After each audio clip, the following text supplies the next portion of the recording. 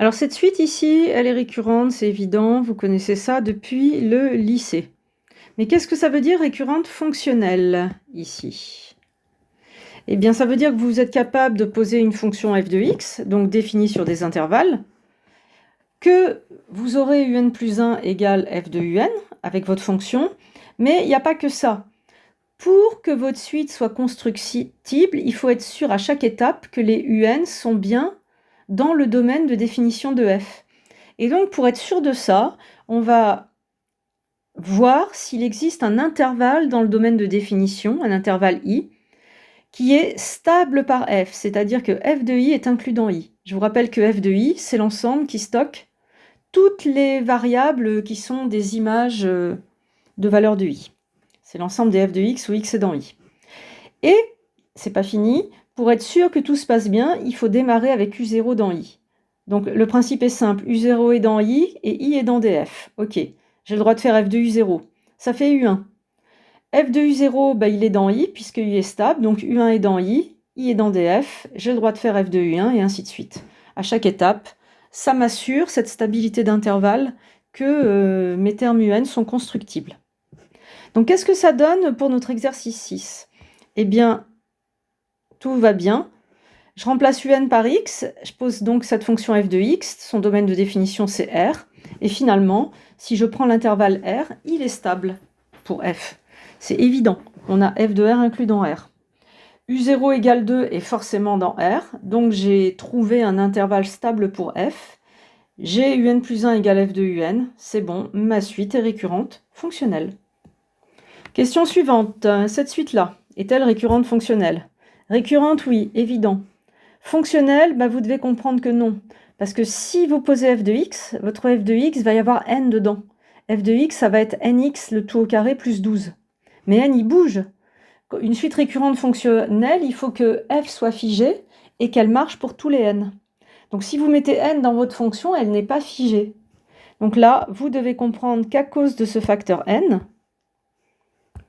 eh bien, elle n'est pas récurrente fonctionnelle. Notre f de x ne serait pas unique pour toutes les valeurs n de la suite. Question suivante, quand on a des suites fonctionnelles, qu'elles soient explicites ou récurrentes, est-ce qu'on peut les dessiner grâce à la courbe de la fonction f? Eh bien oui, ça aussi c'est quelque chose que vous connaissez depuis le lycée. Alors, dans le cas d'une suite explicite, c'est très simple. Là, vous voyez, j'ai n égale à 0. En fait, ici, l'axe des abscisses, ça peut être l'axe des n. Avec ici 0, bah, je prends f de 0 et ça fait u0. N égale 1, f de 1 c'est u1. Donc bah, là aussi, très simple à faire. Et puis f de 2 c'est u2, donc si je veux u2, et si je veux les visualiser sur l'axe des ordonnées, bah, c'est très facile. u2 ici. Et là, par exemple, rien qu'avec les 3 premiers termes, on voit que c'est pas monotone. Pour les suites récurrentes,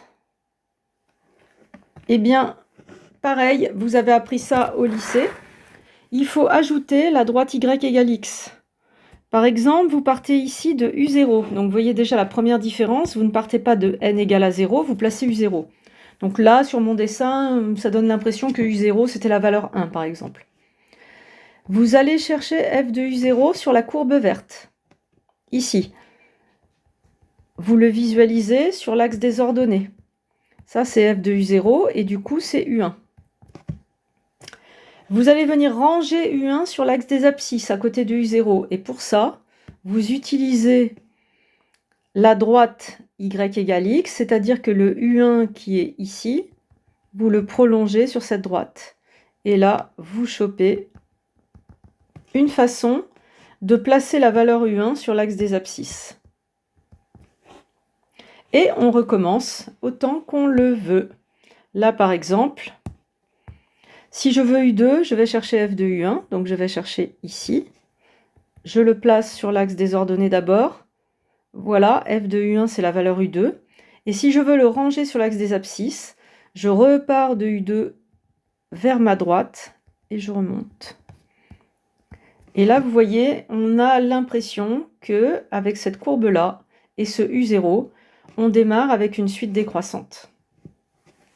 Ce qui est qui n'est pas en accord avec la monotonie de la courbe de f, mais c'est pas grave puisqu'on a dit que c'était... Enfin, c'est parce que je m'avance, mais c'est ce qu'on va voir, c'est déconnecté en fait. On va le dire, pardon. Et du coup, bah voilà, je vais le dire. Si on a une suite récurrente et la fonction croissante, il ne faut surtout pas confondre avec les explicites. C'est pas parce que votre fonction est croissante que votre suite UN est croissante, pas du tout. Et là, avec le dessin que j'ai fait juste avant, bah, c'est mon argument. C'est faux. On peut avoir une fonction croissante, une suite décroissante, on peut avoir une fonction décroissante et une suite pas du tout monotone, enfin voilà. C'est bien, on peut avoir aussi une fonction croissante et une suite croissante, tout peut se produire. Donc là, faites attention, récurrente fonctionnelle, la monotonie de f est plus ou moins déconnectée de la monotonie de la suite. Autre question, toujours pour réviser vos connaissances de lycée. Pensez-vous que cette suite est géométrique, avec comme raison 1 sur n? Alors, j'espère que non. Je vous rappelle que pour être géométrique, c'est un égale lambda fois q puissance n, mais avec q fixe. Donc ici, ça serait 1 sur n qui bouge, donc vous n'avez pas une constante pour passer du rang n au rang n plus 1. Donc elle n'est pas géométrique.